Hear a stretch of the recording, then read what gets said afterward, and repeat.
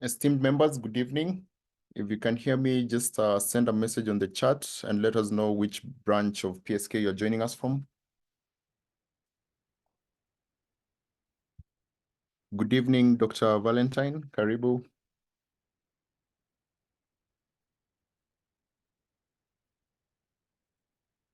Dr. Gideon, Karibu. Dr. Fred Gidinji from PSK Nairobi branch, Karibu sana. Dr. Beatrice Wanjiku from Central Rift, welcome. Dr. Harriet Juma from Nairobi.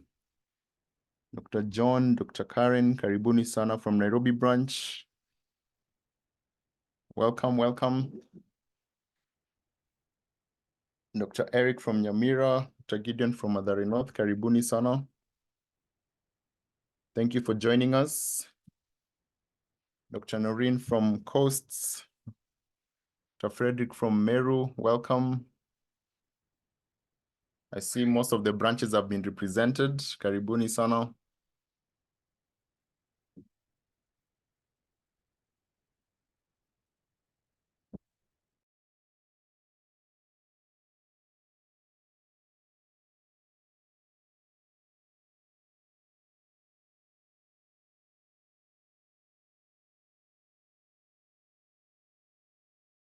So I see there's a question on if the webinar has been put up on the PPB portal. Not yet, but it's going to be done. We're going to communicate once it has been done.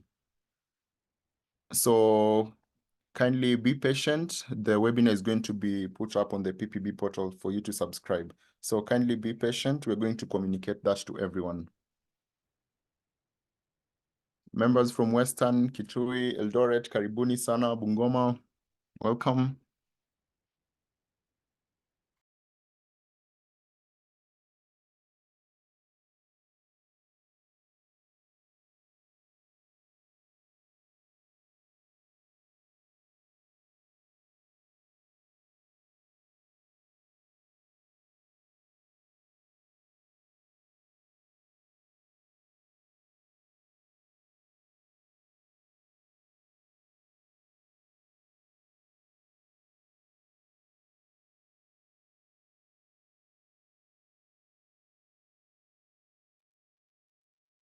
So I see we are 300 members already. So we are just going to get started.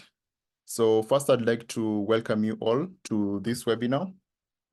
And the webinar is on tax compliance, navigating tax obligations and eTIMS.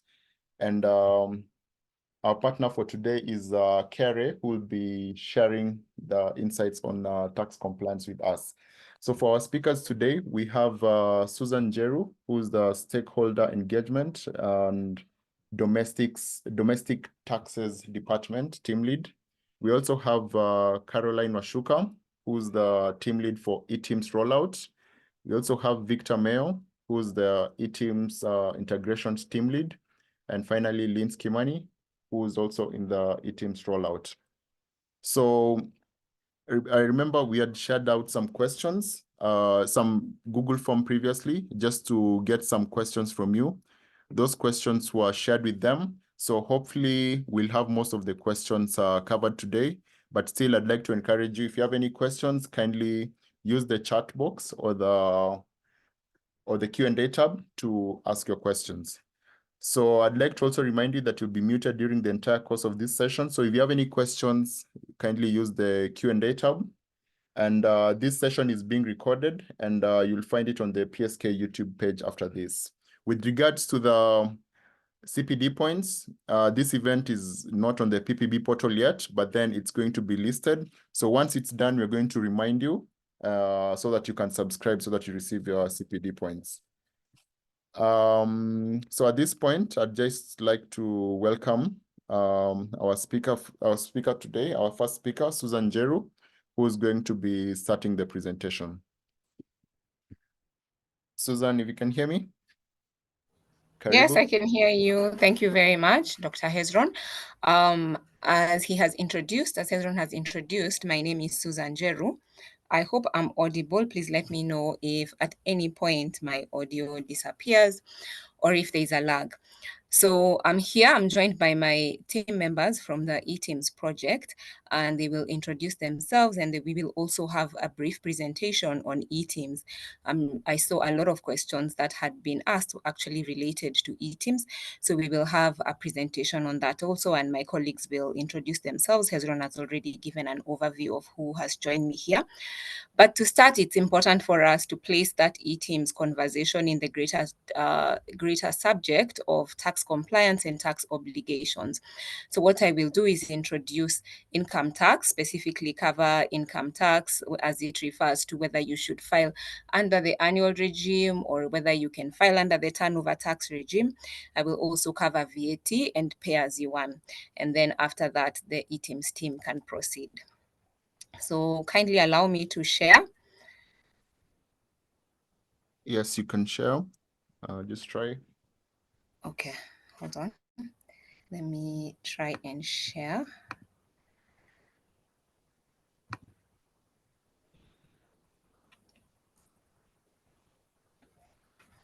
Okay, I hope it's visible. Can you kindly confirm?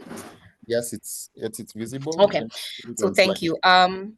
I think we'll start with income tax because income tax is also the tax I think that we are most familiar with. And if you're an individual, you're familiar with the taxes that we file in June by June 30th. And that annual due date, actually, ideally, what happens when you file an income tax return under the annual regime, and we will see there are two regimes. There's the annual tax regime, and then there's also the turnover tax regime. And we will see at what point you can qualify for which one. And if you're an individual, the reason why we have everybody filing on June 30th is because by law, the law says that you should file your returns for any given year of income 6 months after the end of your year. And the tax year for individuals runs from January to December, which is why we all have the due date of June.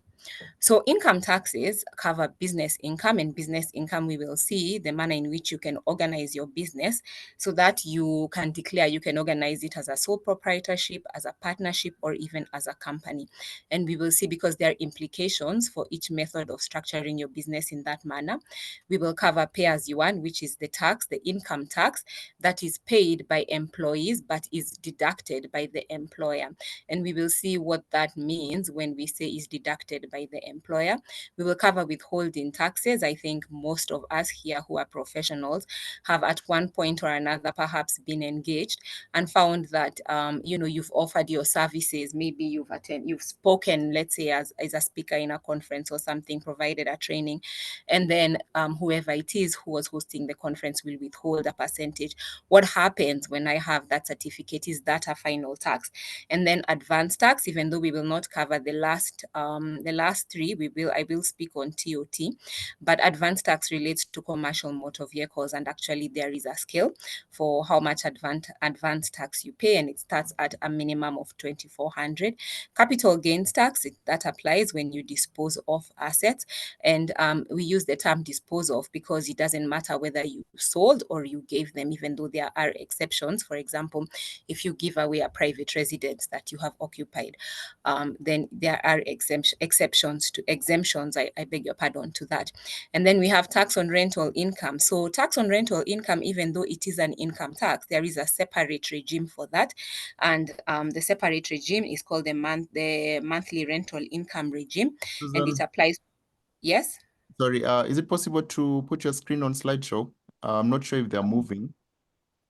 Oh, okay. No, I haven't moved it yet. Okay, but And okay. and it applies to, so on monthly rental income tax applies to rental income that falls between the bracket of 1 million to 15 million, and then turnover tax regime. So when it comes to business income, as I said, you can structure your business in three main ways. A sole proprietorship has no separate legal identity between the individual and the company. And so what you do is you register a business name with the registrar of companies, and then you come to KRA, and KRA attaches that name to your PIN. But there is no legal separation between you and the business.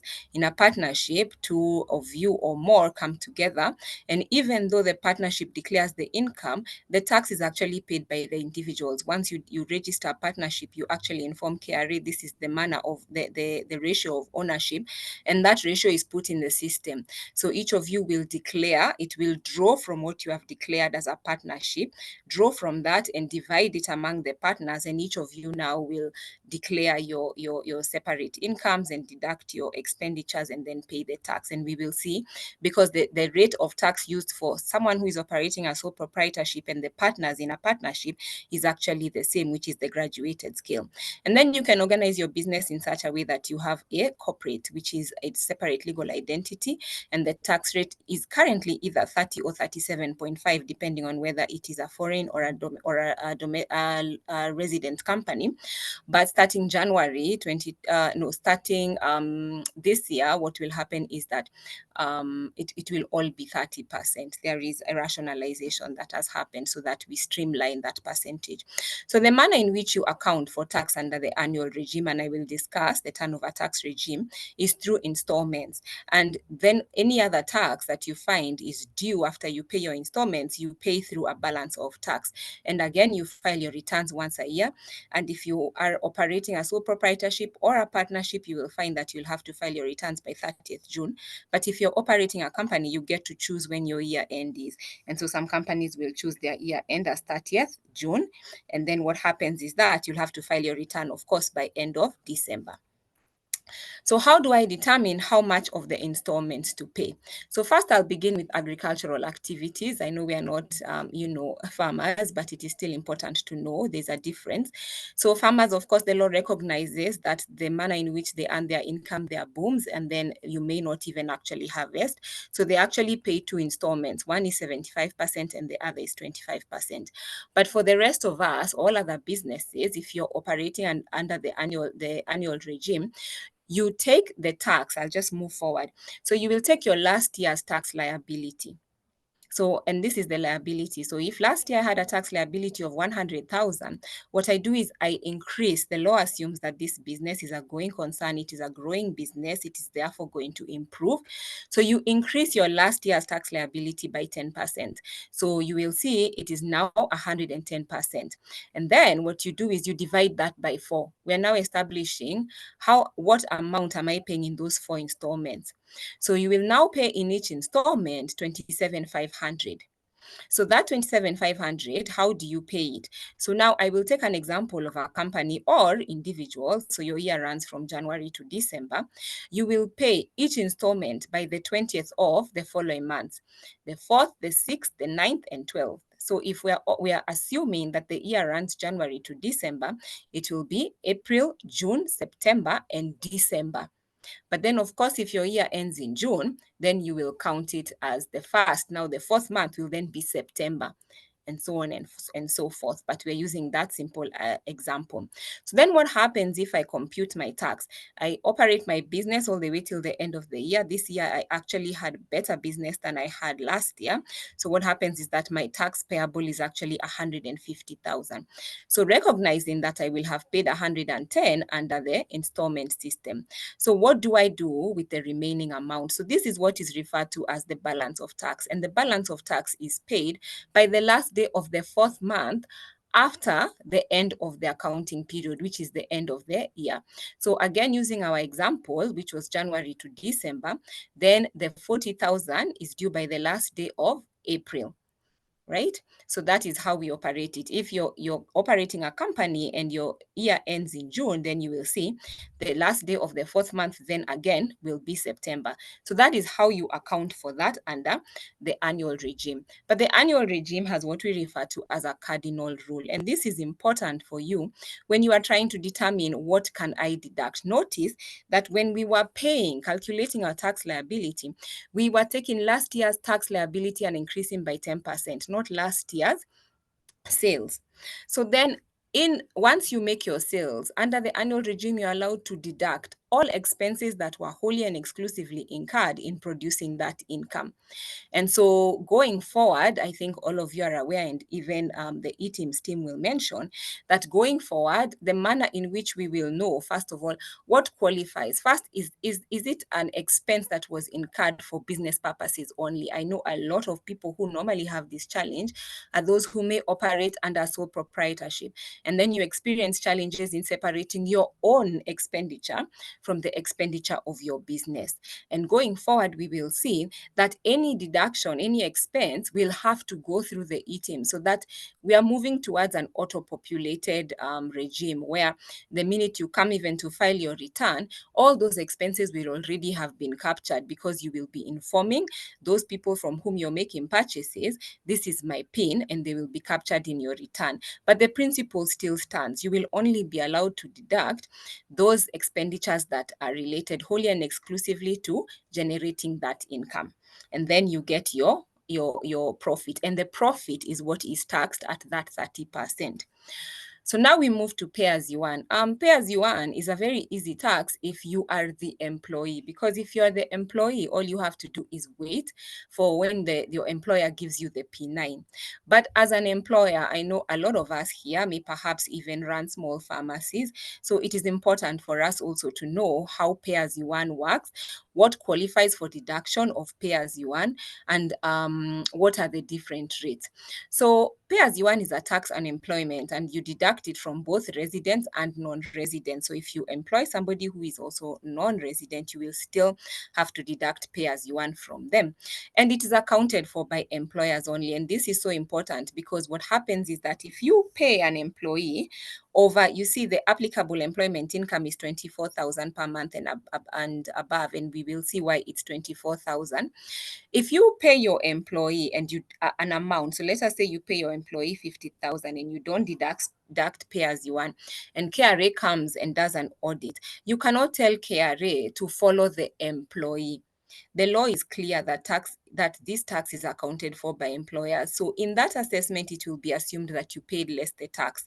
So then you will have to pay the tax portion, the pay as you earn. So it is important for us, if we have any employees who are earning over 24,000 per month, to then deduct that amount. And the graduated rate is from 10% to 35%.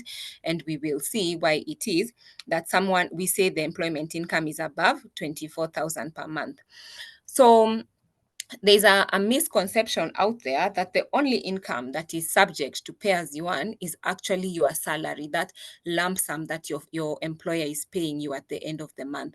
And so you will have instances in which some of us will actually offer employees benefits and not tax that benefit. But these benefits are actually taxable. So I will just cover the main benefits that are given to employees. I'll start with housing. So when you offer an employee a house, so you will have to add to their taxable income. So either the amount, if let's say the employer has procured the house and is paying a certain amount from a third party, you will add that amount you are paying to the person's taxable employment income. If the house is owned by the employer, you will take 15% of their total taxable income, including the non-cash benefits and the cash benefits, and we will see how you add back those benefits. And then you add that amount back. So you take 15% of the taxable employment income and add that back to the now taxable employment income. If you offer your employees a motor vehicle, so in this instance, so there's one thing that is important to remember, that if you offer your employees a motor vehicle, but they can only use that vehicle for work purposes, and you can demonstrate, even though I have access to this after working hours, I essentially cannot use it for my own private use. And there are various ways in which several employers have demonstrated that. Maybe you have some sort of tracking system. So then you're able to demonstrate that the only reason you have this car outside of the hours maybe is because of the nature of the work, but the use is restricted.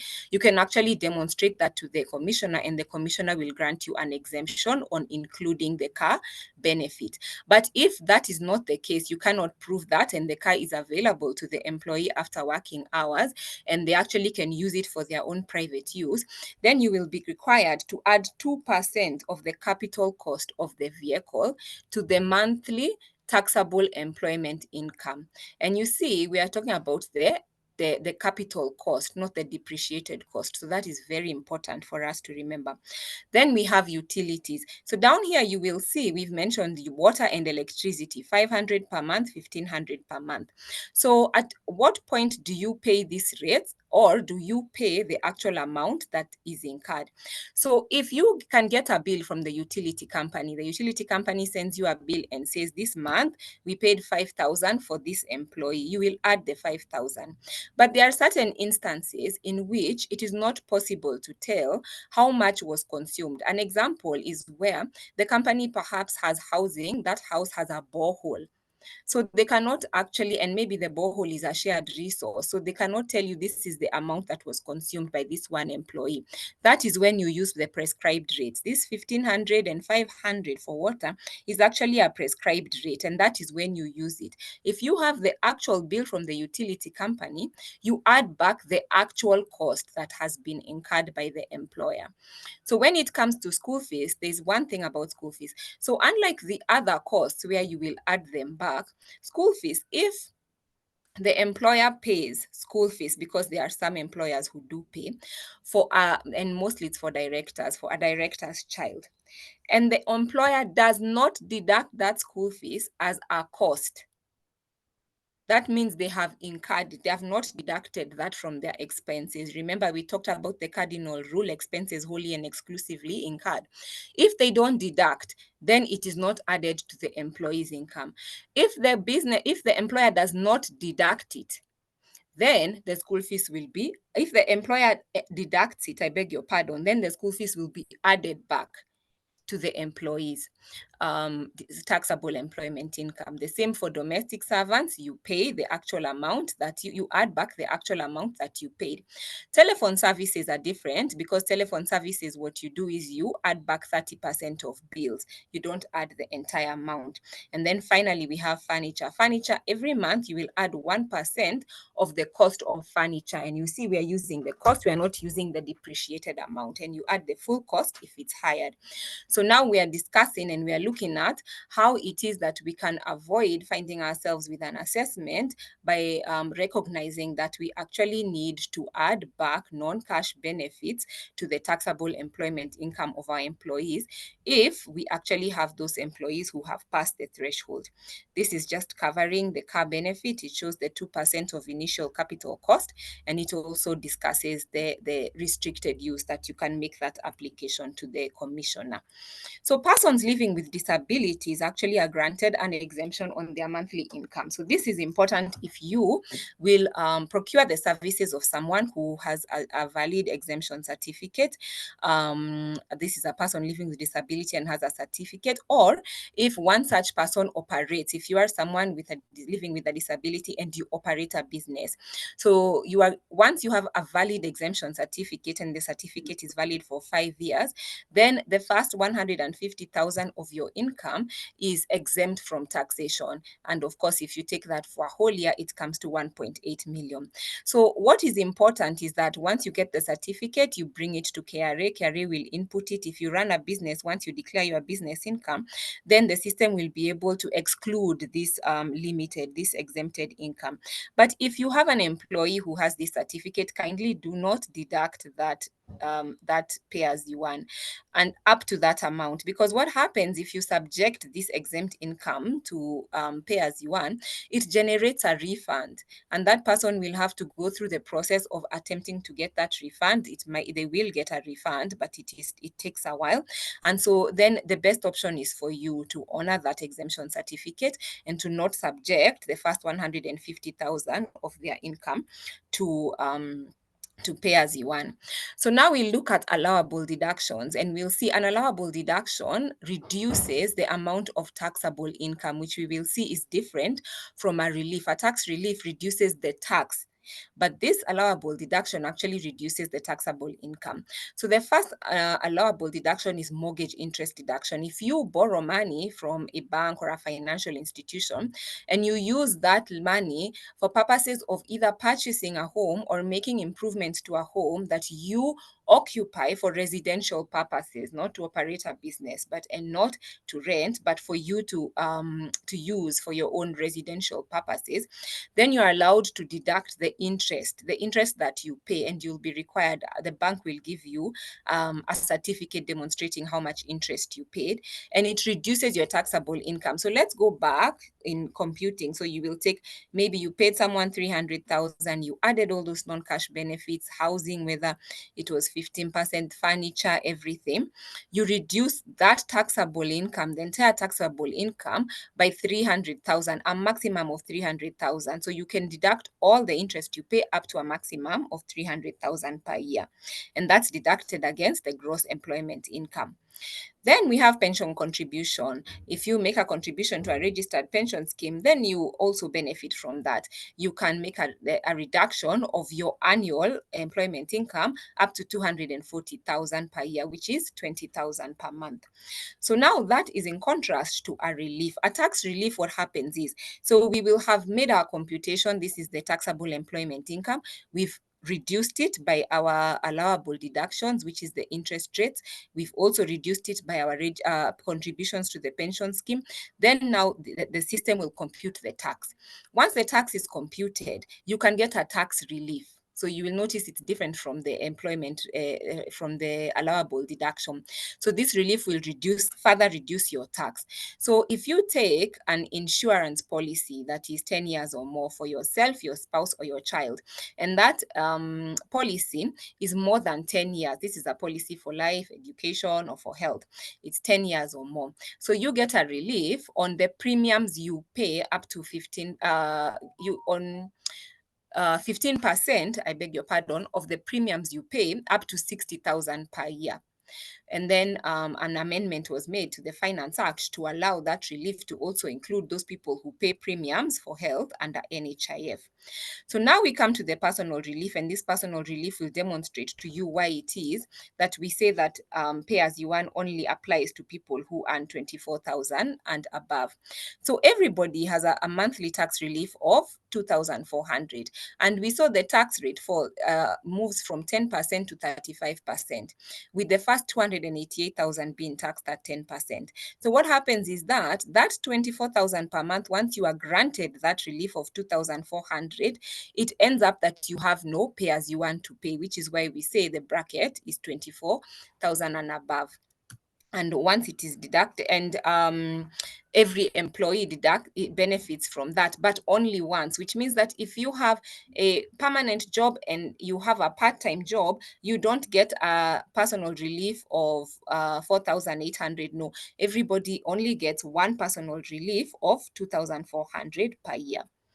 So now we'll look at the changes that were introduced by the Finance Act. The Finance Act had the impact of adding 2 more scales. Previously, the highest scale was 30%, but now we have 32.5%, and we also have 35%, and that is effective July 1st, 2023. So now we look at the tax bands. These tax bands, they tell you at what rate to subject the income, and you will notice that the more income you earn, the higher the tax rate. The tax return is a smart return. Once you put your total income, it will just compute how much tax is owed to you. But also it is important for us to know and appreciate what the different tax rates are under each band. So the first 288,000 per year is taxed at 10%. The next 100,000, so you take 288,000 taxed at 10%. The next 100,000 taxed at 25%. The next 5.6, 30, and so on and so forth until you get to 9.6. Anything above that is 35. So if you get to 9.6, it doesn't mean that your whole 9.6 is taxable at 35. No, you will apply the graduated scale. The system will apply the graduated scale. And then if you get to that top bracket, then is when you get to the 35%. So now we will look at withholding tax. I already mentioned that withholding tax, it is not an additional tax. Withholding tax actually is a way for commissioner to improve compliance among professionals. So when it comes to employees, you will note that the employer deducts pay as you earn, but an employee will not have a contractor. If you are operating as a professional, you offer your services or not on a permanent basis, then this is a method similar to the way your pay as you earn is deducted that allows commissioner to have visibility who is operating in that space, who is operating as a professional. And what it does is that if you make any payment to someone for a professional service, which means that we mentioned if a conference organizer procures your services to train, then they make a payment and that payment is 24,000 above, they have to deduct 5%. There are different rates, but the most common is 5% because it's what is used for management, professional and training fees, and that is what we all know. If you procure the services of an auditor, you also have to deduct. And it's important for us to know, first, withholding tax is not an additional obligation. Second, withholding tax on income, this 5% that relates to management and professional and training fees or any other professional service that we offer, is not a final tax. You need to, if you provided your service and they withheld a certain amount. So let's say the total value of your service was 300,000 and an amount was held on that. You need to come in your tax return and declare the full amount. And when you declare the full amount, you will deduct any expenses, again, that you incurred wholly and exclusively in generating that income.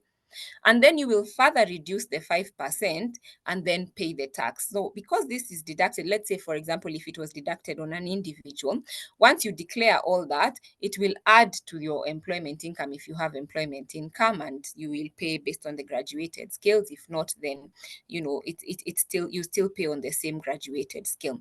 An important change is that previously you had 20 days till the 20th of the following month to remit withholding tax. Now you have to remit withholding tax within 5 working days from when you make the deduction. So that is an important difference. Make sure you don't hold on to that money after that 5 days have elapsed. So I just want to mention a few emerging issues that came up under the Finance Act 2023 that may be relevant to us.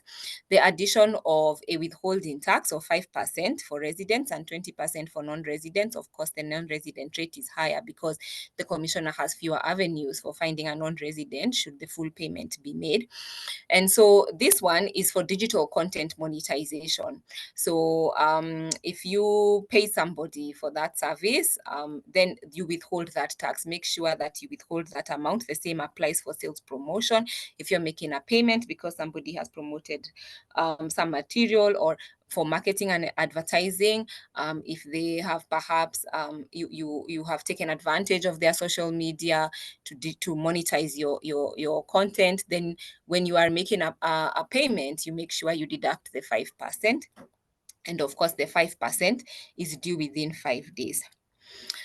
So imposition, I should mention, I beg your pardon, that when it comes to withholding tax, you don't need to be appointed. For VAT, to be a withholding agent for VAT, you need to be appointed by the commissioner. But for withholding tax, you don't need to be appointed. Everybody who procures any professional service, 24,000, when you're making the payment, and that payment is 24,000 and above, you need to withhold that amount. If it's more than 24,000, you're withholding 5%. You don't need to be appointed.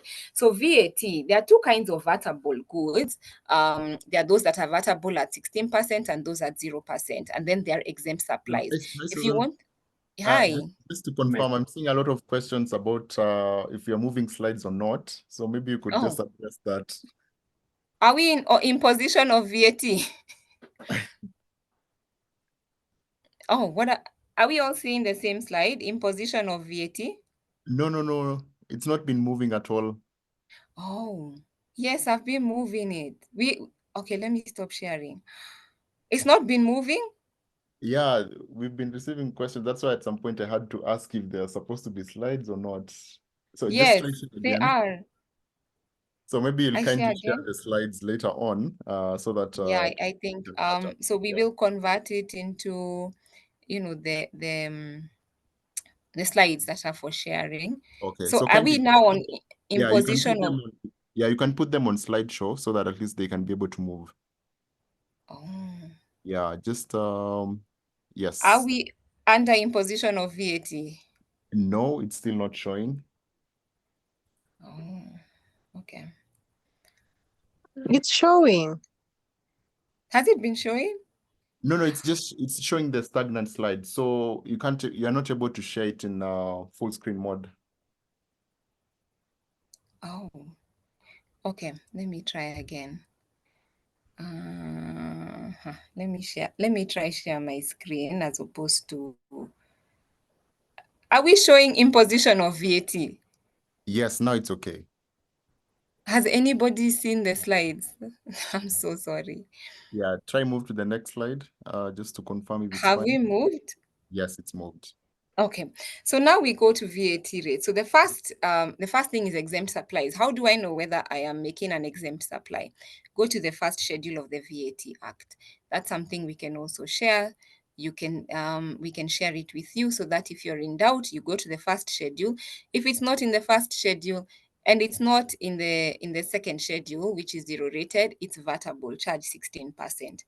So now, when it comes to 0 and 16%, so what goods are zero rated? Mostly exportation of goods and services.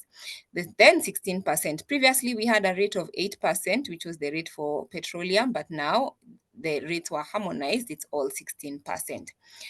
So when it comes to VAT, I just want to mention a few things. The removal of preferential treatment of petroleum, the Act removed that rate and harmonized to 16%. And then to encourage, of course, clean energy, there was the removal of VAT on LPG gas. So now it's zero rated.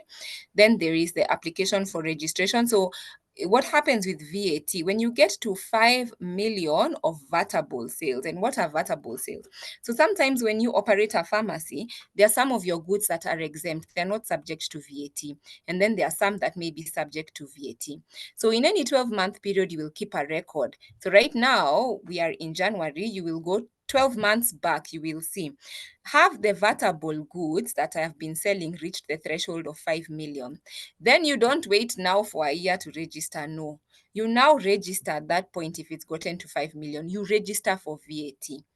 And then you will deduct VAT and remit. So we will see how VAT works. Now, when it comes to importation of digital services, that 5 million threshold has been eliminated. When you supply imported digital services, you'll have to register for VAT whether or not you've reached the threshold. But for the rest of us, we measure, we look and we compute, have I gotten in the last 12 months of vatable goods, not exempt plus vatable goods, have I gotten to the 5 million? Yes, register. And then keeping of records. Previously, the law required that you keep your records in Kenya. But then in recognition of the fact that it may be cheaper to keep electronic forms of records outside of Kenya, you don't have to keep your records in Kenya, but you have to avail them upon request. So VAT has a tax point. And what is a tax point? It's the point at which you will declare a sale. And you declare a sale the earlier of, if you issue an invoice, whether or not you've received payment, or if you deliver goods, whether or not you've issued an invoice or made payment. So it's the earlier of issuing an invoice, making delivery of goods, or receiving payment. Whichever comes earlier, you register that a vatable sale has taken place. You declare the 16%, and then you get to deduct any input VAT. So that is what we call a tax point, and it is important because that is the point at which KRA will determine this is when you should have declared a vatable sale. So this is just a simple example of VAT operations. Are we moving? Please let me know. Of VAT operations. So we have the first instance in which we have somebody who doesn't have a VAT obligation, and the second instance in which somebody has a VAT obligation. We will see in both instances the amount that goes to the trader is the same, but in the second instance, you will see that VAT has the effect of increasing the selling price, and you will remit that difference to KRA, which in our very simple example is 16 shillings.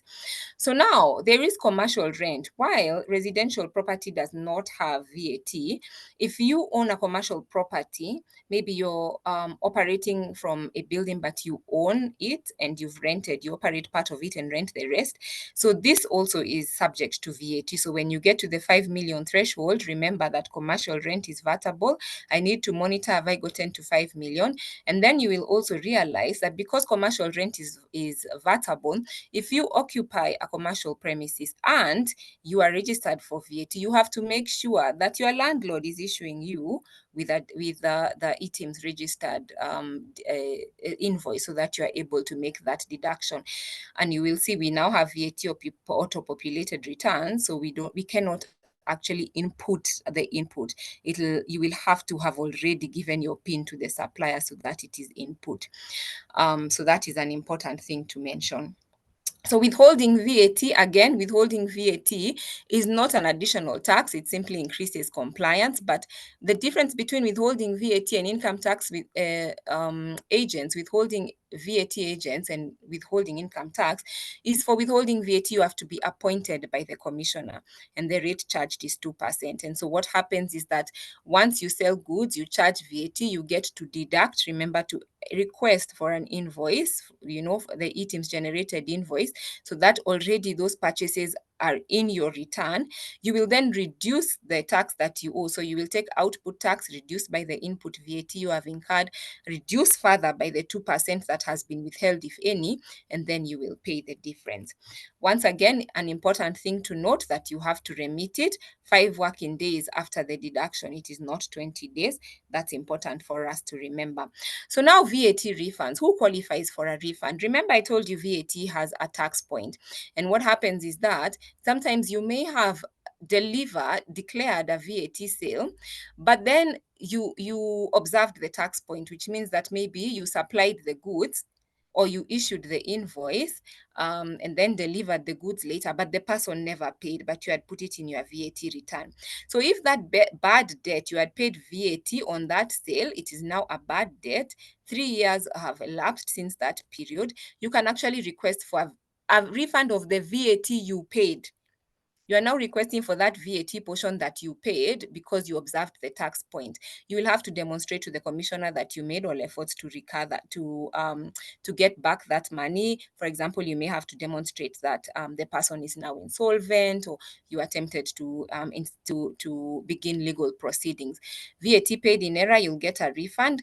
If you make zero-rated sales, so zero-rated sales, the only reason why you're getting a refund is because I'm charging you 0%, but I'm incurring input VAT. Something as simple as maybe I'm occupying a commercial property and my landlord is charging me VAT on my rent.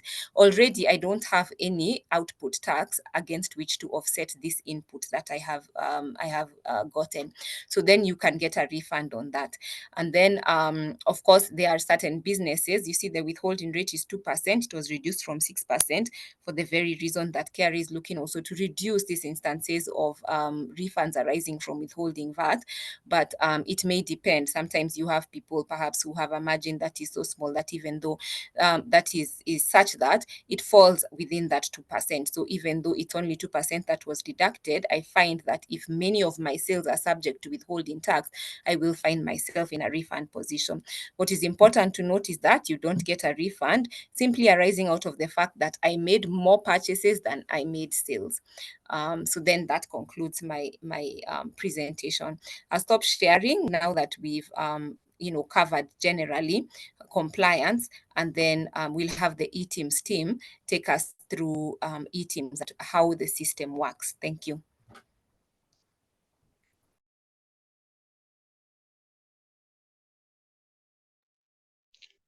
Good evening, everyone. Good evening, Linz.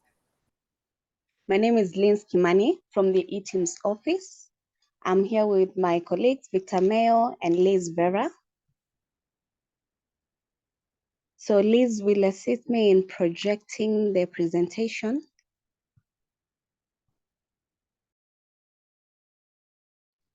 Good evening, everyone. Linz, give me 2 seconds. All right, thank you, Liz.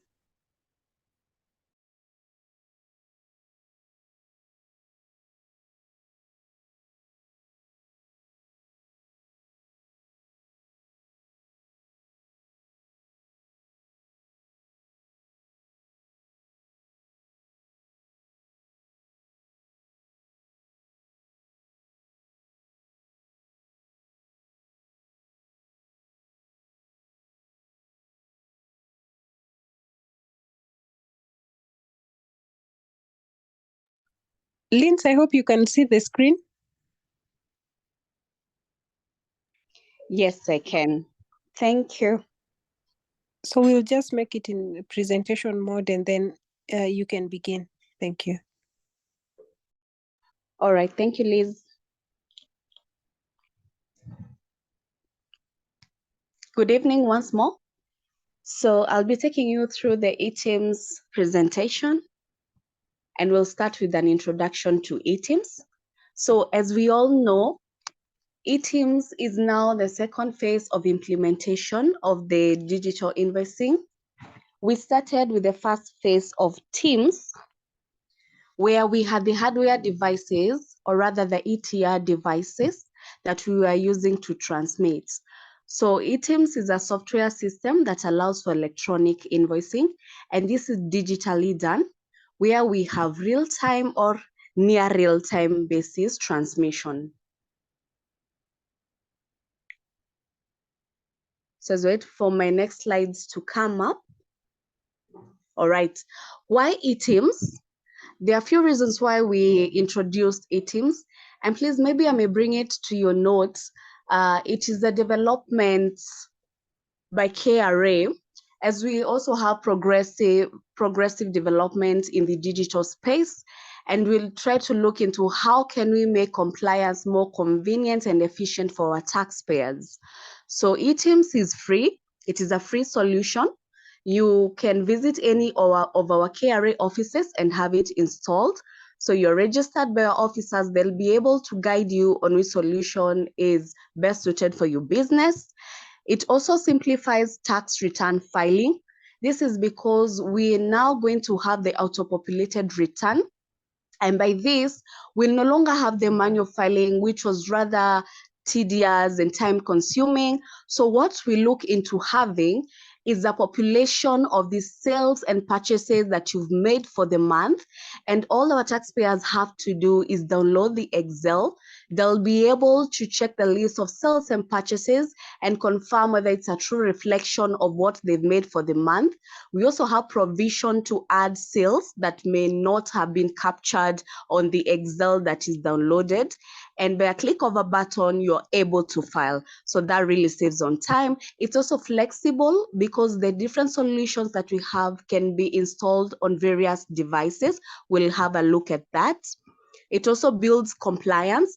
This is because KRA will be able to receive the data of your transmissions and also enhance efficient compliance checks when our officers have all your data vis-a-vis where now we had to call you, making it also intrusive for our taxpayers, for us to ensure compliance. So it will ensure compliance by the fact that we'll receive transmission of every sale that is made by our taxpayers. It also provides for easy stock control. eTIMS actually works like ERPs such as QuickBooks.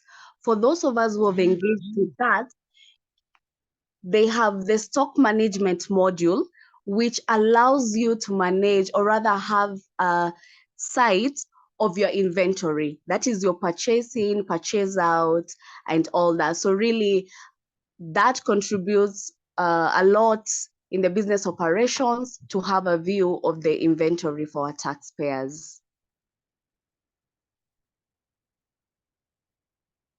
Okay, so who should adopt eTIMS? Please note that all persons or entities in business, and by this we refer to both the VAT and non-VAT registered taxpayers. In reference to the Finance Act 2023, all taxpayers, whether VAT or other obligations, are now expected to onboard eTIMS. This is because every invoice that is generated is now expected to be TIMS or eTIMS compliant. So you can see we have pictorials of taxpayers in the different sectors of the economy, as you can see on that slide. And I think these are very frequently asked questions. So as long as you're in business, the Finance Act 2023 stated that all persons in business are now expected to generate eTIMS compliant invoices. So it's not just the VAT taxpayers. Maybe it's good for you to note that. Our slides are taking quite a bit. Okay. Which solutions are available on eTIMS? All right, so we have various solutions on eTIMS. We have the simplified solution, that's the EPOS. It's a mobile app where we actually, our taxpayers can access this solution through the website. We have an eCitizen portal link where you access the website and you are able to generate your invoice. We've tried to make these solutions as simplified as possible and user-friendly as possible. And we continuously do that and develop the system to be user-friendly, because soon you're introducing the USSD. You'll be able to now invoice by dial, rather USSD dial. We also have the eTIMS client. Now, this is a solution that is installed on various devices, such as the laptop, the desktop, or a computer. It is a solution that runs on Windows 10 and above. Again, it's important for you to note that your device ought to be Windows 10 and above, so that it's compatible with our system, or rather the application. So the Windows client is also installed on the Android. It can, that's the tablet or your smartphone, and it runs on Android 8 and above. So please note that the version of your smartphone or tablet should be Android 8 and above, so that it's compatible again with our application. And third, we have the eTIMS online portal. Now, this is a web-based solution, and it is majorly customized for our taxpayers in the service industry. Please note it is purely service industry. Now, previously the client one, the number two, the second solution, eTIMS client, it captures taxpayers dealing in both products and services. But now for the online portal, it's taxpayers in the service industry, meaning they do not have products. And lastly, we have the system-to-system integration. And now this is a solution that allows for API connection. And especially for our taxpayers dealing in bulk invoicing, it is best suited for them. It would rather be cumbersome for them to use the other solutions. So we have approved, KRA has authorized integrators that are third-party integrators on our website. You can have a look at that. For taxpayers dealing in bulk invoicing, just contact them and they'll be able to facilitate you on onboarding through the system-to-system integration.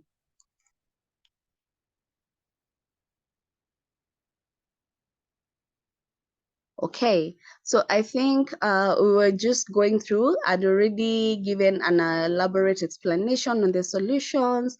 It's the EPOS, which we said it's the eCitizen portal. So you browse or log into ecitizen.kra.go.ke and you're able to invoice. Now, maybe to note, this solution is for our sole proprietors with minimal transactions. That means that it's for taxpayers using their APIN, that's their personal KRA PIN. So for all other businesses or taxpayers that have the company PIN for the limited ventures, they are going to use the eClient or the other solutions that we're going to have a look at. So for eTIMS solution for EPOS is minimized transaction taxpayers.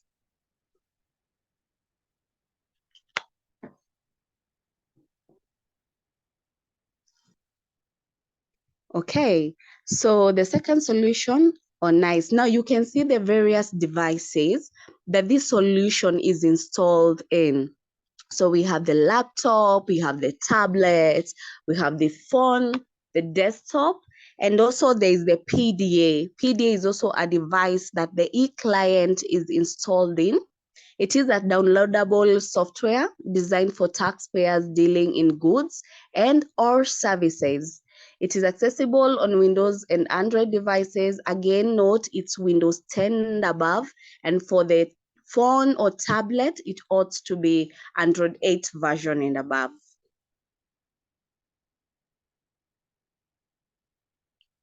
That the eTIMS online portal, this is the one we said it is web-based. So you log into the etims.kra.go.ke, the eTIMS portal, and you are able to invoice. And lastly, we have the system-to-system integration, which allows for seamless integration between the taxpayers invoicing or ERP system and eTIMS. So this is a direct connection, yeah, for taxpayers dealing in bulk invoicing. Please note again, we have the approved third-party integrators that are published on the KRA website. You can visit our website and have a look at them, contact them if you're in need of the API connection, and you'll be facilitated accordingly.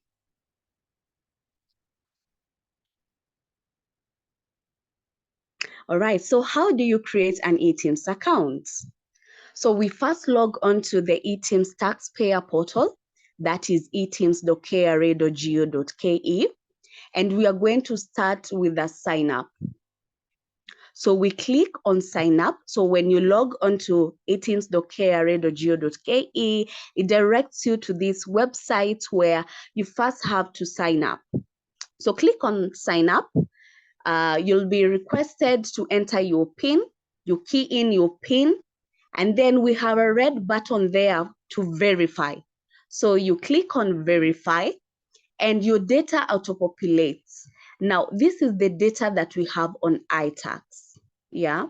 So maybe I may bring it to your attention that when you click on verify and the data auto-populates, there is 3 digits of your phone number that is recognized on the eTIMS portal that appears. Now, it is important for you to confirm that the 3 digits are of a number that you recognize, or rather the mobile number that is in use. And if not, it means that you may have to first amend that phone number through your iTax portal. The reason being, there's an OTP that is sent to your mobile number that you need to input to complete sign up. So please note on that. So once we complete sign up, we are supposed to do a service request. And this is where we request the solution or select the solution that we need. And when doing the service request, there are 2 documents that we need to upload. One, we have the director's ID of the business owner's ID. And again, it is important to note that this ID uploaded should be one of a director that is recognized on iTax. So in any scenarios where there's been recent change in directorship or ownership, that needs to be amended on iTax first. Remember, the details that populate on eTIMS are the ones on iTax. They are 2 different systems currently, not yet synchronized, but we have the data transmission, so that's the reason. Okay, so you also upload the commitment form. You can download it on the KRA website. You fill it up, sign and stamp, and click on send. So this is just a summary of how to onboard eTIMS. You log on to eTIMS, click service request, and select the eTIMS solution. You upload the documents, you click send. Once you click send, we receive that in our system, and through our back office, we are able to approve your request. And what follows thereafter is installation. So the solutions are also on our website. You download, you install, and that's what we're referring to, the software configuration. And you log in through credentials that are sent to you through SMS. You're going to receive a user ID and password for you to log in, or rather initialize. So thereafter, you're ready to go. You can generate your invoices and transmit to KRA.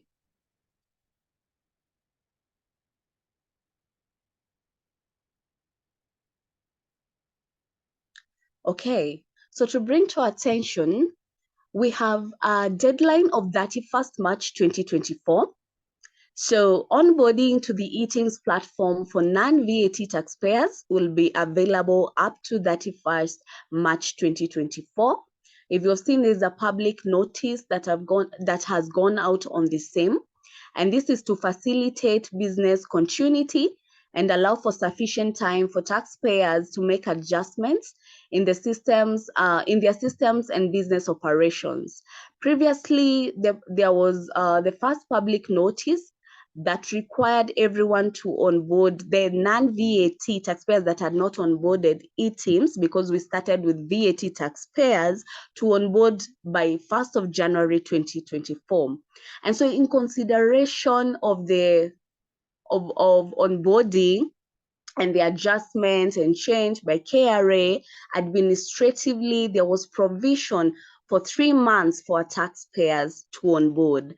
So we expect that by 31st March, everyone is able to onboard and should be transmitting their invoices.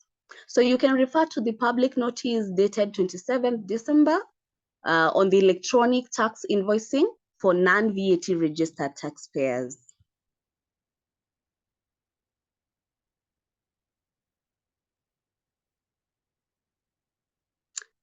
Okay, so we have a lot of material on eTIMS.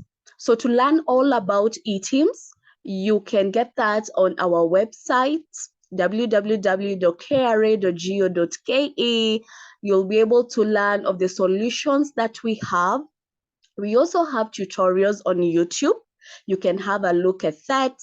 And we also have now the solutions on the website that you install, or rather download from the website and install on your devices.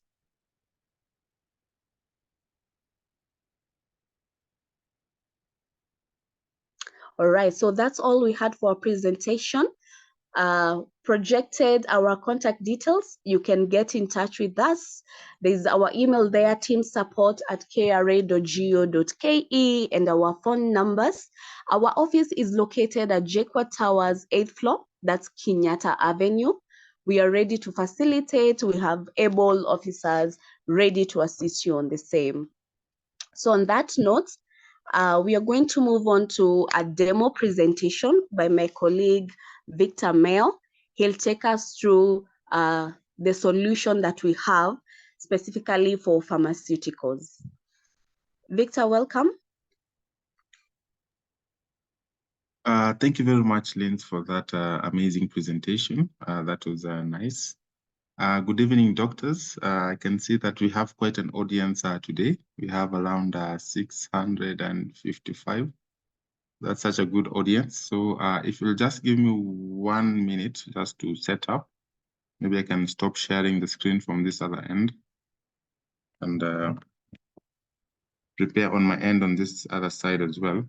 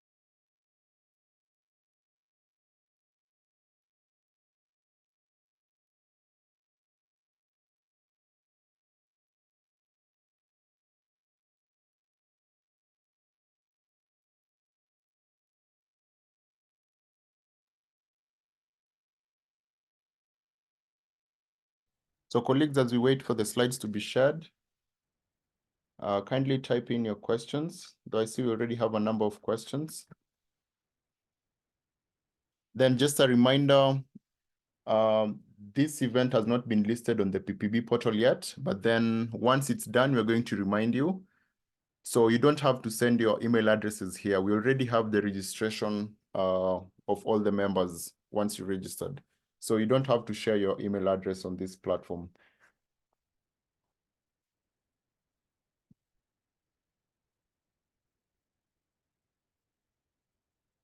So meanwhile, as Victor sets up, Susan will be answering a few questions just to save on some time. Victor, you'll just let us know once you're ready. Thank you very much, Dr. As Susan answers the question, I will just allow me to share my screen. Okay, okay. But Susan, you can continue. Okay. I think I'll just read the questions from the chat. Okay. I have one question. How does one file returns for part-time consultancy work? The screen has already been shared. So I will just mention, so It's what okay. you do is, You can just continue. okay.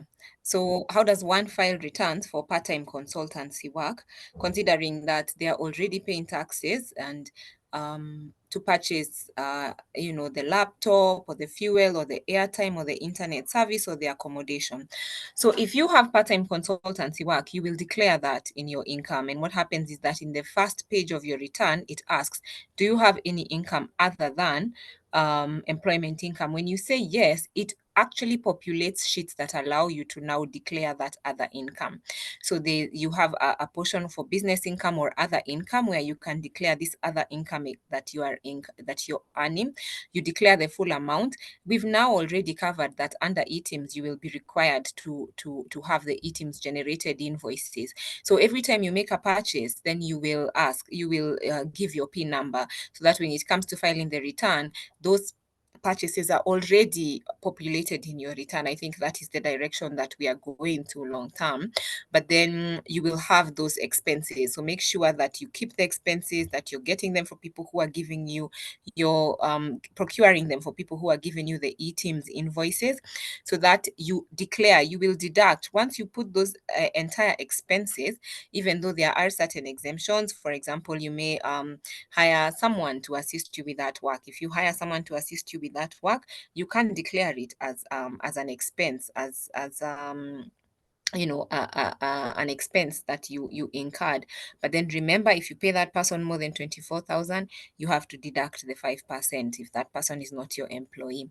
So you make all those deductions, and then now using the graduated scale, if you're operating it under your own PIN, it will just tax you the amount that is due. The return will just automatically compute the tax that is due. But then the short answer is that you make sure you procure those services from people who are going to give you eTIMS generated invoices so that you're able to claim them in your tax return.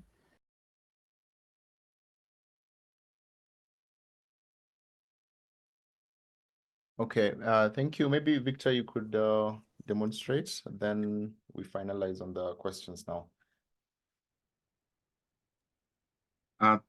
Thank you very much, Susan, for that. Thank you very much as well, Dr. For that as well. So maybe just to start on the demonstration of how the eTIMS application works. So as my colleague Linz said, once you've done your application, you've done your service request using your commitment form and an ID, you're actually now ready to be able to actually download an eTIMS application. We actually call it an e-client. And once you're done, this is actually the landing page that you actually come to. So the first thing that you have to do once you have your application is actually you have to input your KRA PIN.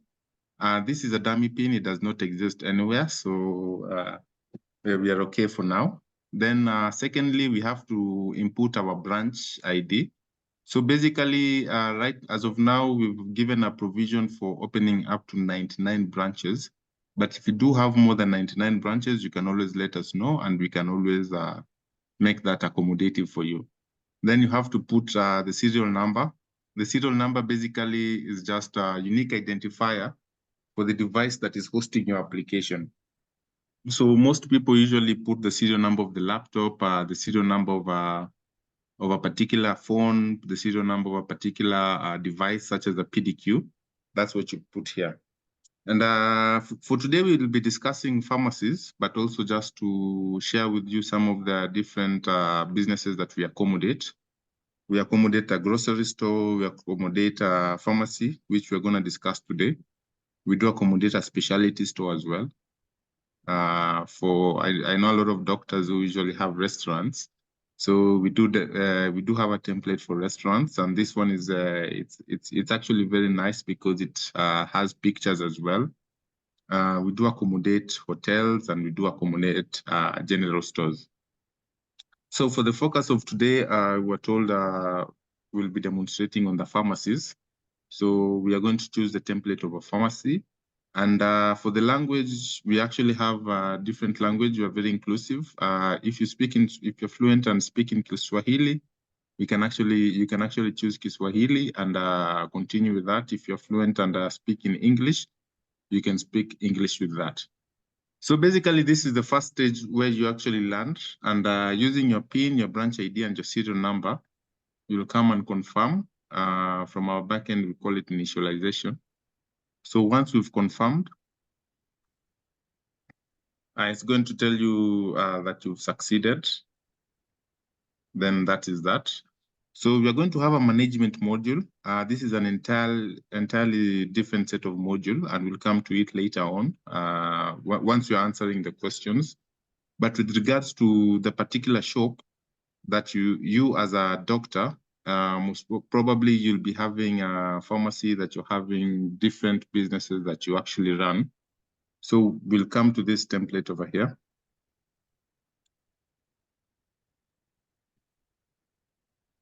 Once you've clicked on the template, this is the screen that you'll be seeing.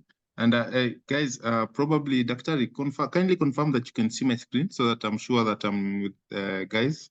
Yes, you can see. Okay, thank you very much. So once you've actually initialized, you're going to receive a prompt on your phone. This prompt is going to have a user ID and a very, very unique password.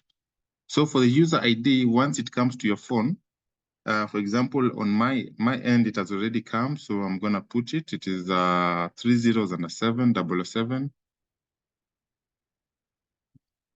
Then I'm going to click on the admin menu, and it's going to auto-populate over there. Then from the password that I also have on my phone, it tells me that the password is 1, 2, 3, 4, 5. Then I'm going to go on the admin menu. Now, on the admin menu, this is very, very important. So when you're actually setting up your shop, there are 3 stages to it. The first stage is actually putting an administration behind your shop. The second stage is actually setting up your shop. And the third stage is actually making invoices and generating your profits and all that thing. So once you've come here under the user management, this you can create different types of users. Creating a user is very, very simple. You can put any figure, let's say 989. Username, I can put Daktari. The password, I can put anything, 1, 2, 3, 4, 5, 6, 7, 8, 9. Telephone number. The permission, most people usually give themselves permission. You can also put user admin. And remember, guys, from the management module, you can actually, the system allows for a multi-level approval system. So you can actually be able to choose the rights that you actually assign different types of users. So you can have a salesperson on the back end, on the front end, who only has the permission to sell. Then you can also have a manager who has a permission to sell, permission to make credit notes. Then you can have a general manager who has permission to do everything, accept purchases, accept imports, everything. So for example, this one, Dr. Refreshi will give him admin rights. Then we can save. So once you've saved, you can always come to query here. Once you come to query, you'll always see your the user. that you had already saved from that particular time. So that's on the user management, that is creating a user. Then item management, this is where you actually create your items. So the most important thing when it comes to eTIMS is actually looking for visibility. So the best way to actually track goods and services is through a unique identifier known as the item classification codes. These have been borrowed from the United Nations Standard Product and Service Codes. In abbreviation, they're called the UNSPSC codes. Basically, what these codes do, they usually identify each and every good, each and every service, and they're worldwide, and they're very, very universal. So, for example, a Panadol, a template of Panadol, or probably one Panadol, will always remain constant, whether you're from Africa, you're from Europe, or you're from America, it will always remain the same. So for example, maybe I can show you how to create a product from this particular page. So I'll click on the class code, this small circle here, it will take me here. I can look for something within the pharmaceutical space, pharmacists, that's perfect. I'm gonna click on that. I'm gonna confirm that. So this is the item classification code of all pharmacists, and it's never going to change.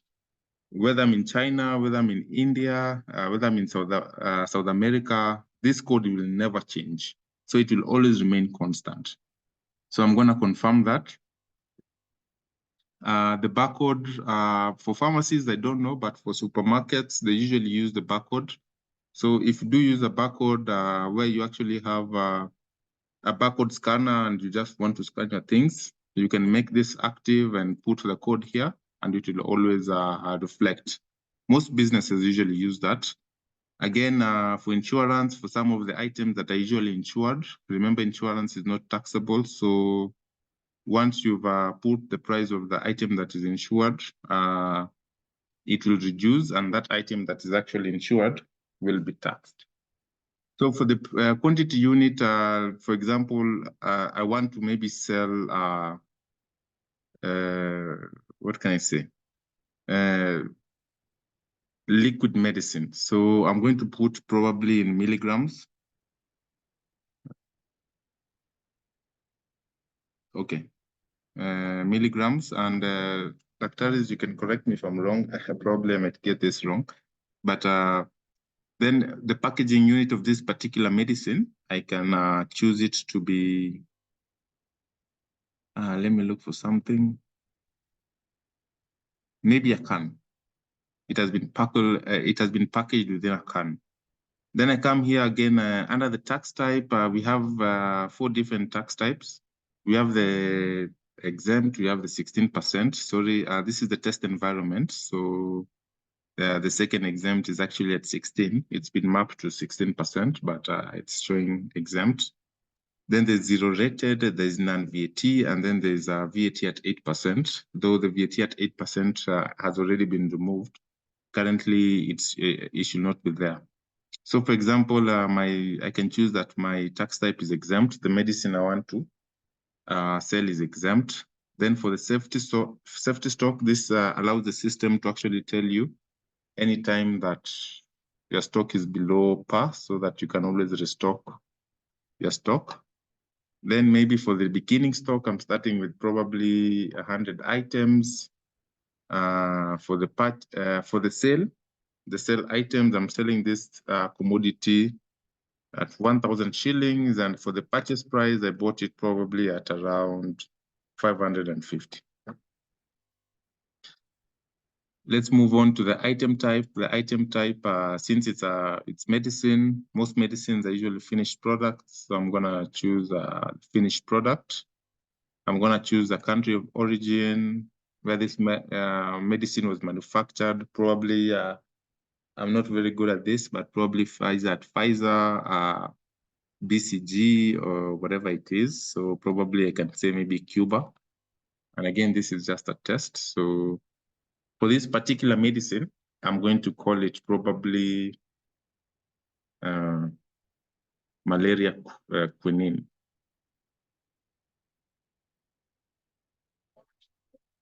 So once I'm done with all these things, I believe I've filled everything. I'm going to click on this item code, and automatically the system is going to generate for me a very, very unique item code with regards to my business. This is very, very important. Then the last feature that I would like to explain probably is the expiration. If you put the expiration date as active and the date has actually reached, you cannot sell goods that are actually expired. So the system actually caters for that. Then on top of my screen, maybe just to explain also another feature, another concern that we've come across is that people saying that they already have their own catalogs, they already have their own stocks that they have been having. So once you've, there's an Excel upload. So once you go to the, sorry guys, I think, Dr. My screen has stopped sharing. Yes, it has stopped. Okay, sorry about that, guys. Can you just confirm you can see my screen? Yes, it's back.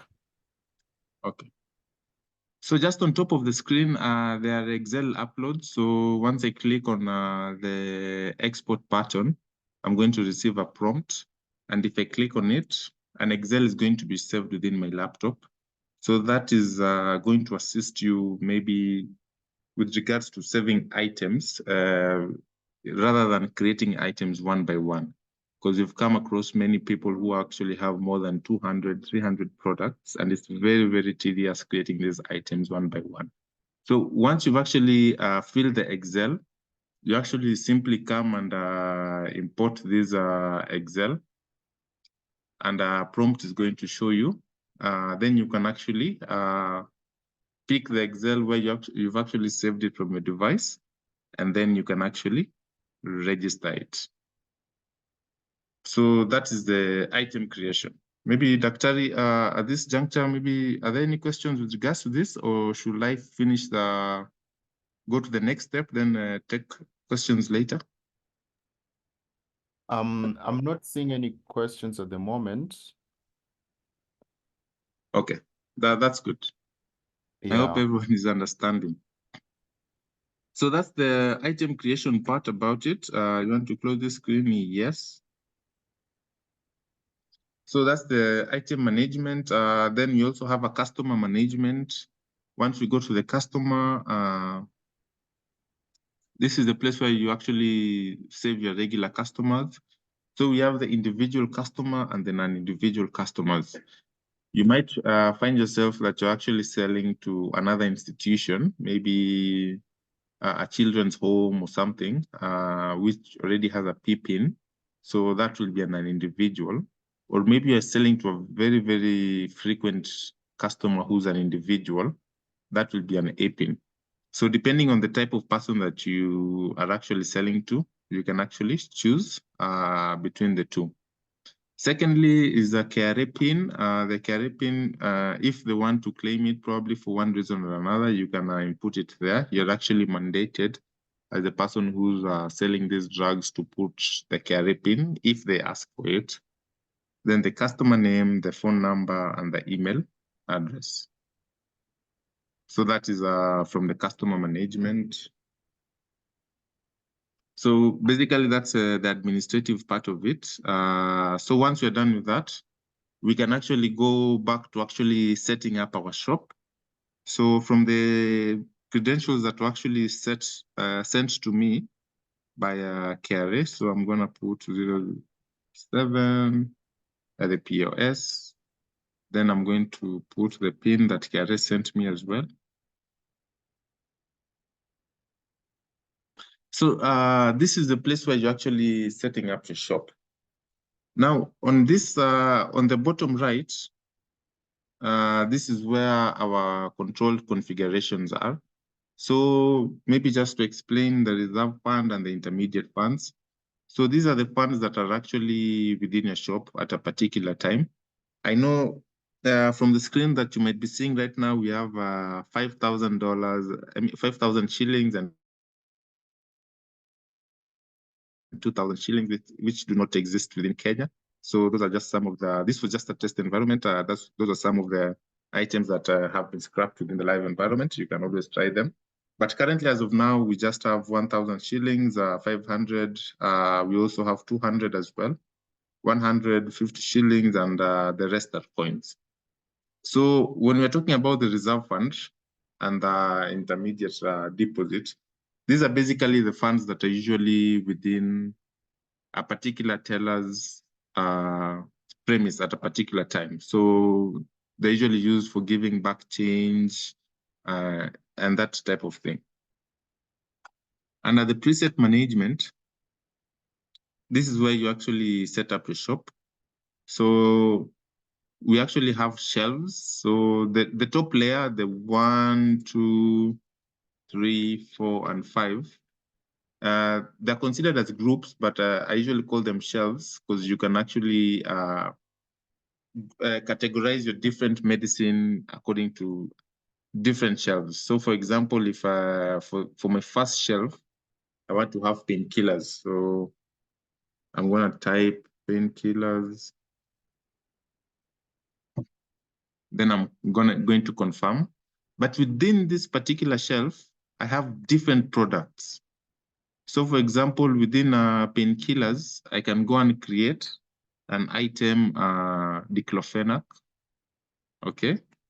So within that particular shelf, what happens is for diclofenac, you make it visible. Once you've made it visible, then you confirm. It's as simple and as easy as that. The other painkiller that I might be having, I go to my next drug that I want to save. I just come under query. I query it. Then I also have Maramoja. I click on Maramoja. I make it visible. Then I scroll down and confirm it. It's as simple as that, guys.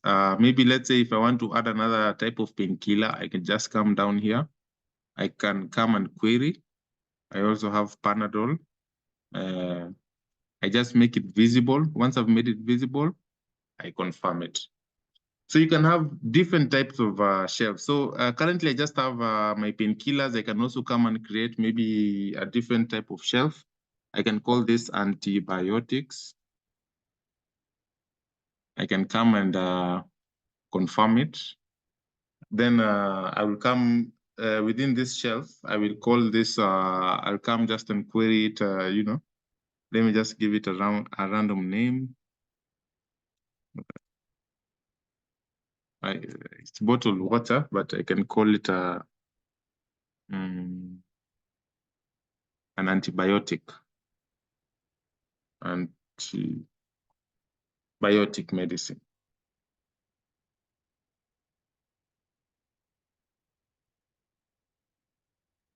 Yes.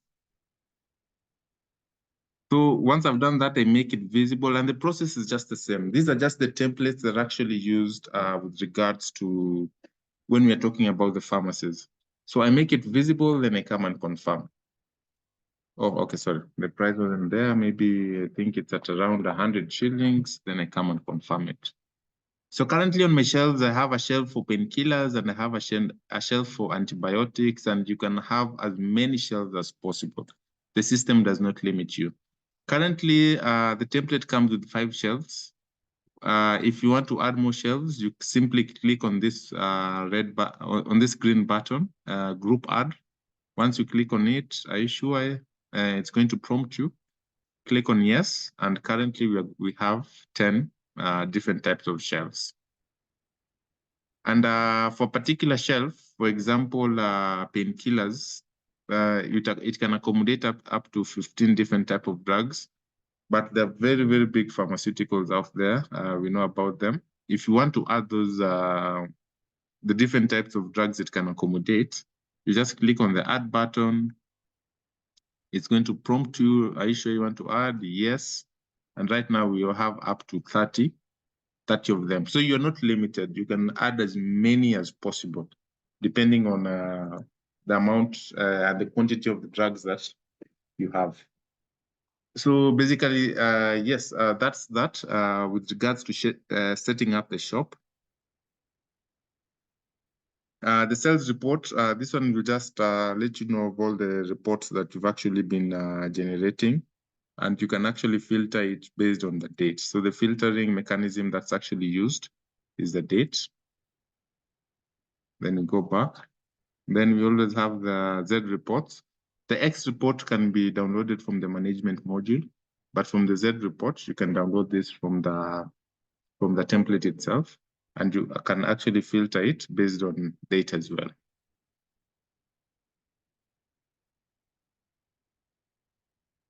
So, Dr. again, over there, is there a pending question, or should I just move to making a cell? Then from there, I can actually pick any queries with regards to the template itself. So I see a couple of questions. Maybe I could just read out a few. So there's someone who's asking, can I change my eTIMS product after transmission? E.g., if I was using eTIMS client option and decide to move to system integration or the other way around. And then there's someone else who has a concern on the item creation, who says pharmacy has more than 5,000 items, and giving an example of diclofenac, which has different milligrams, 25, 50, and 100. So he says it's very tedious. Why don't you just categorize them as VAT exempt and vatable? Okay, that's a very, very good question. Maybe just to answer those two questions, probably let me start with the latter one, because maybe it's a bit complex, so that I don't forget the diclofenac. So maybe to answer that, the example that I was giving was just an example.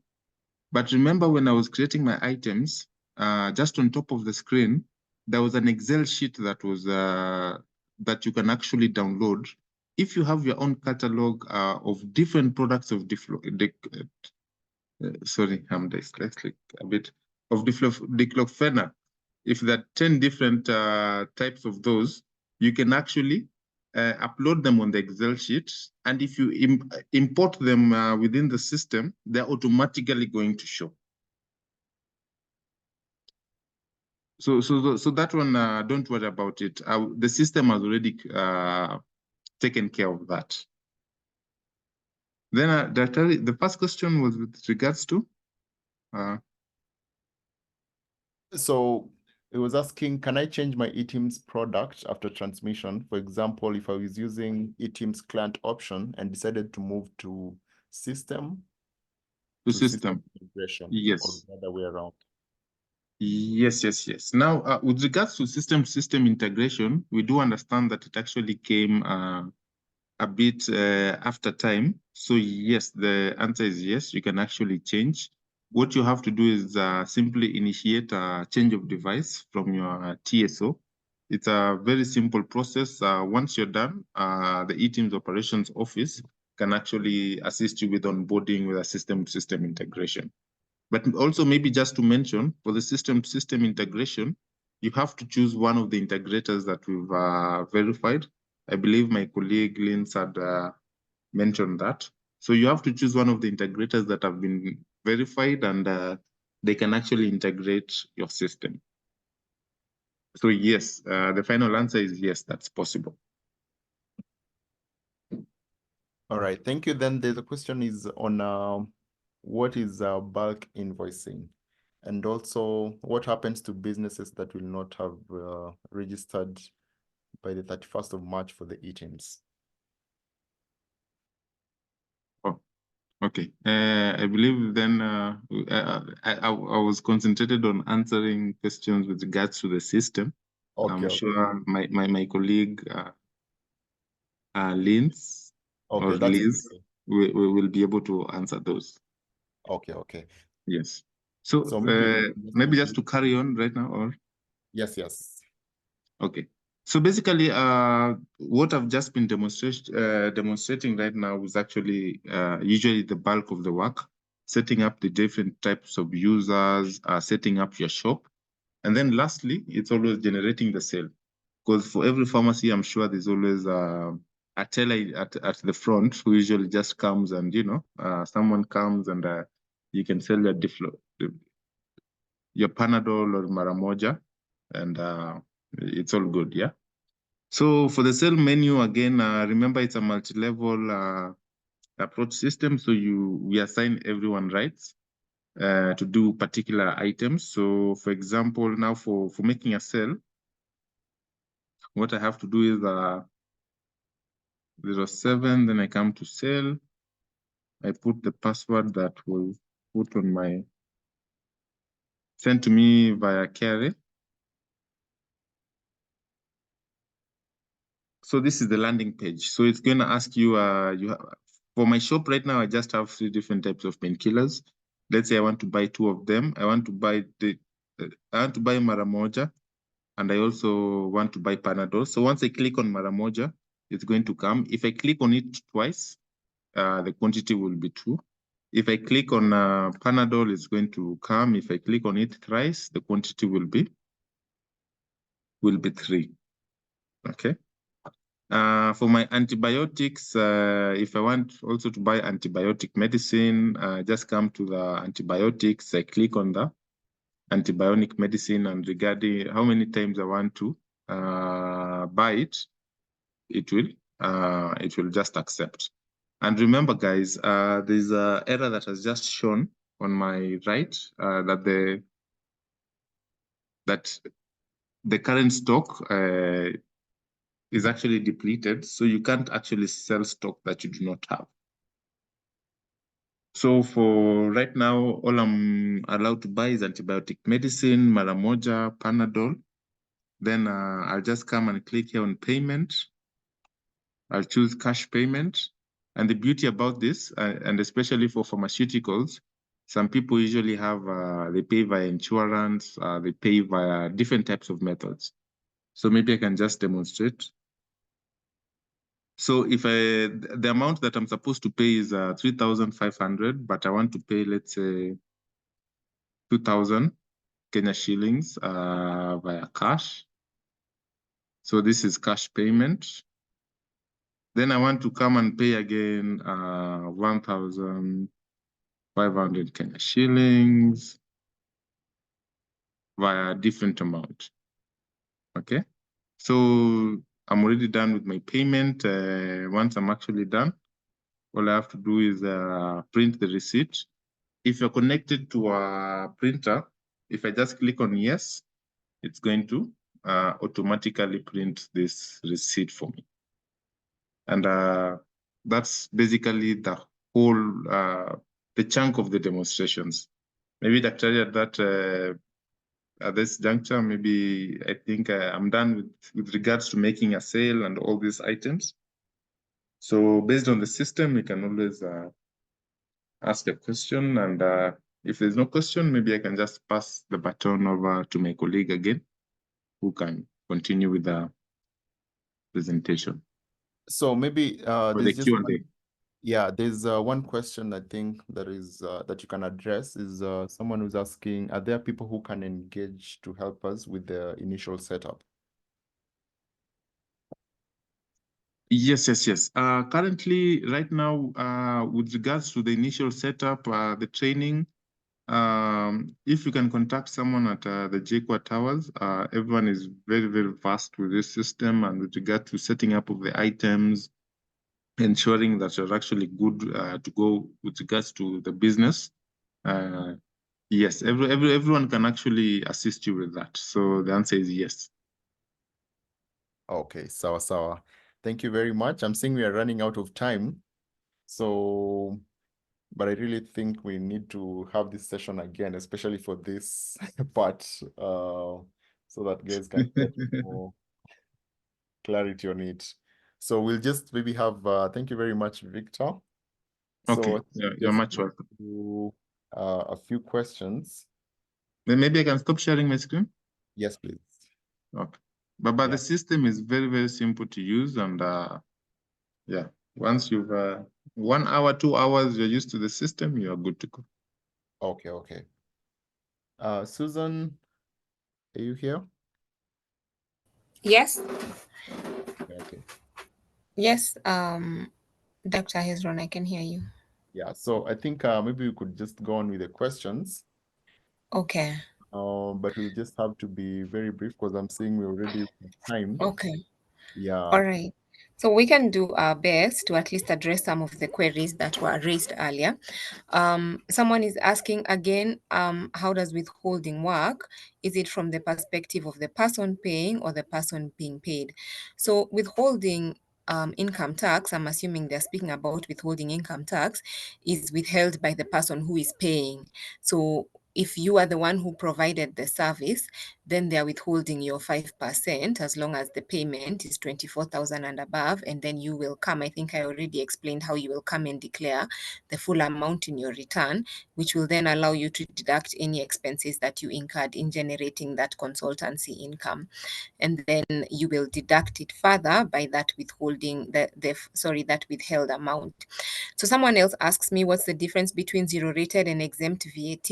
So exempt means that the product doesn't fall within the purview of the VAT Act. So you don't charge VAT. 0% means you don't charge VAT, but then you get to claim the input. So that's why it's resulting in a refund, because you're getting to claim the input tax. So zero rated sometimes is done by the government, which is why it's normally for exported products. So any exported good or service that is usually vatable in the country will now become zero rated to encourage exports. And what happens is that when you now make that zero rated sale, you can claim your input tax. Once you get to 5 million, even if your sales are zero rated, you can now claim your input tax. You will get a refund, assuming you don't have any other sales. You can get a refund on any VAT that you incur. In that way, it reduces the cost of the good, and also that refund on the VAT you have incurred encourages people to continue with that export, the export of the goods or services. So that's the difference. Exempt, you don't charge VAT, you don't deduct input, but with zero rated, you don't charge well, it's charged at 0%, but in essence you get a refund on any input VAT that you incur, assuming you don't have any sales from which you can deduct that expense. So did you say that VAT is from sales and it doesn't matter whether one makes a profit or not? So I think it's important for us to understand that income tax is a tax on your profit. It's a direct tax on your business income, whereas VAT is an indirect tax that is incurred by someone who consumes a vatable product.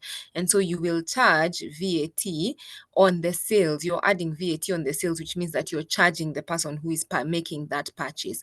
So yes, once you reach the threshold and you register for VAT, then you have to charge VAT. Do public servants file returns? Yes, we do. We file returns. What about a company that is registered but is not working? So I guess someone is inquiring with regard to the installment tax system. So if you register a company but it's not in business, it's not trading, you still file a return, file a nil return.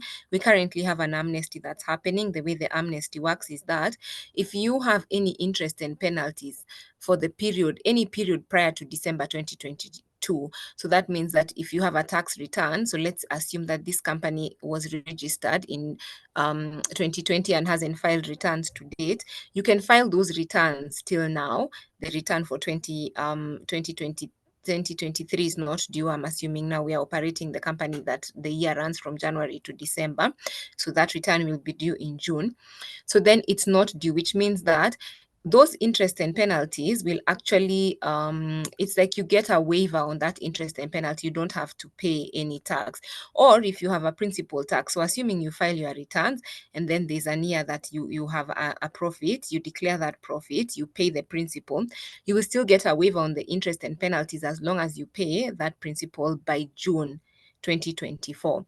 So after this waiver, this amnesty, we will not have any waiver on interest and penalties. So please take advantage of the waiver, because once that is done, the only way you will be able to eradicate those sort of penalties is if you have erroneous interest and penalties. Otherwise, there is no more waiver. You know, the way you would forget to file your return and you apply for a waiver, please take advantage of the amnesty, because after June 2024, there is no more waiver. I think that's it. All other requests were for us to send the presentation. I apologize. We will share it with Dr. We have already committed to sharing the presentation, and he will forward it to you. Otherwise, I thank you so much for making time to be with us. KRA really truly appreciates these opportunities, and we welcome an opportunity even to engage even in person. You may have regional branches. I think Dr. mentioned that we have representation from all through the country. So if you have branches that are, outside of Nairobi, I know our eTIMS team is going to be moving into the regions. Kindly reach out to KRA. Let us know. We can share even our schedule, let you know where we will be. Perhaps you will be able to organize the different groups in the regions. Thank you very much. All right, thank you very much, Susan.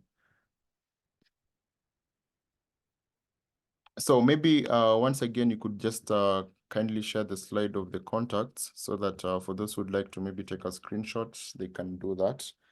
I'm not sure if it was Lynn's or Liz. Yeah, it was Lynn's. Lynn's kindly share the contacts for the eTIMS team. So We that are sharing. anybody... Okay, all right.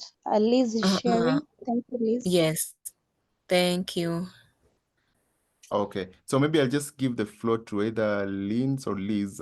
If there's any questions that you've noted that you could maybe just give quick feedback on. I know there's a lot of questions that have been streaming in, and maybe we'll also have to just compile some of them, and we're going to share with you so that you can just give some responses so that you can also share with our members, because I'm seeing we're really out of time. So any questions that you've noted that you could take up for now?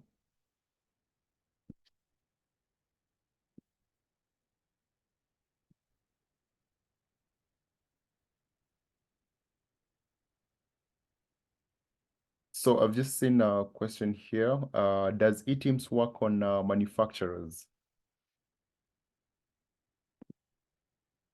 And also something on what happens to things like electricity bills, water bills, where you are a prepaid customer. So maybe any of you can respond. Thank you, Victor. Liz Vera will take up the Q&A session. Welcome, Liz.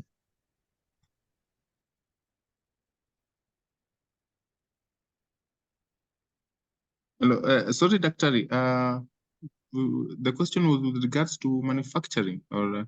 Yes, does eTIMS work on manufacturers, like pharmaceutical manufacturers?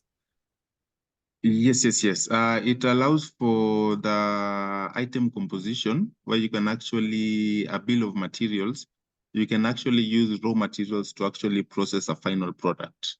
So the answer is yes. You might have different composition items, and I know, pharmacists, especially with regards to the pipette and the different chemicals, they usually come up and make the final product. So that has already been taken care of within the eTIMS. So if you sell the final product, it's going to affect the stock of the original composite items. All right, thank you so much for that, Victor. So maybe I think we could end the session here. For those who have any questions with regards to the presentation we've had today, you can also take a screenshot of what is being shared at the moment. We're also going to share that information with you on the email address. So that will also come with the recording for this session, as well as the PowerPoint slides that have been shared today. So I'd like to thank our presenters today, the KRA team, Susan Jeru, Liz Vera, Linz Kimani, and Victor Mayer. Thank you so much for all the insights that you've shared. I believe most of us have really learned a lot about the tax compliance. So just before we close, for members, I'd like to take you through a short presentation here. Hey, Dr. Should I? Okay. Yes. That's okay.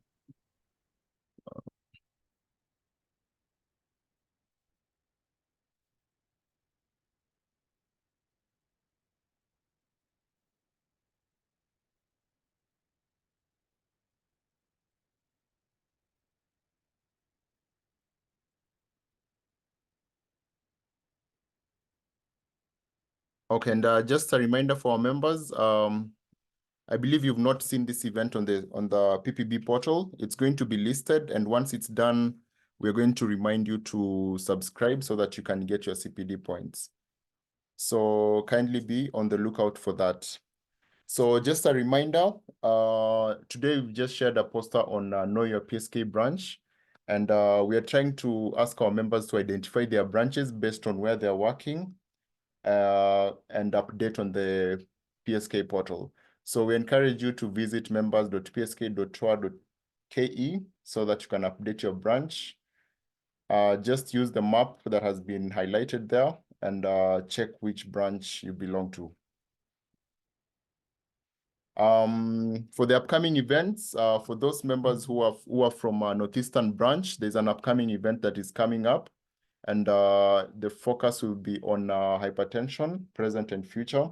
So if you are a member of Northeastern branch or its environs, kindly contact Dr. Abdinur, who is going to guide you on the event that will be coming up. And that is going to be on Friday, 9th of February. The other event that is coming up is for PSK Nyanza branch. For members around those areas, kindly contact the branch chairperson, Dr. Irene, who is also going to guide you on the logistics for that event.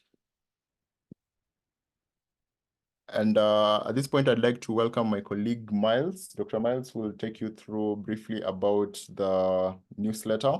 Miles? Thank you, Dr. Hezron. Good evening, esteemed members of the profession. Allow me to speak about our Farm Exchange newsletter. Starting January, we shall be rolling out, we shall be allowing our members to earn a CPD point by interacting with the content from our newsletter. We shall share it out tonight after this webinar. You'll be able to see the opportunity for you to earn. We have a quiz for you. You will earn 1 CPD point. You have only one trial to take on the quiz, and the pass mark is 70%. The quiz will be made available for the period for the 30 days before our next issue. And if you have any article or anything you would love featured on our newsletter, you are encouraged to send an email to communications@psk.or.ke. And also for those with businesses, for you to get more income so that you can offset your taxes in a way you can advertise with us. Thank you. All right, thank you so much, Dr. Miles. So that is my last presentation. Thank you all for joining this webinar. I believe that you've been able to learn something. For the KRA team, once again, thank you very much. And we're looking forward to having you more so that you can educate us on matters to do with tax compliance. Thank you so much, everyone, and have a great evening.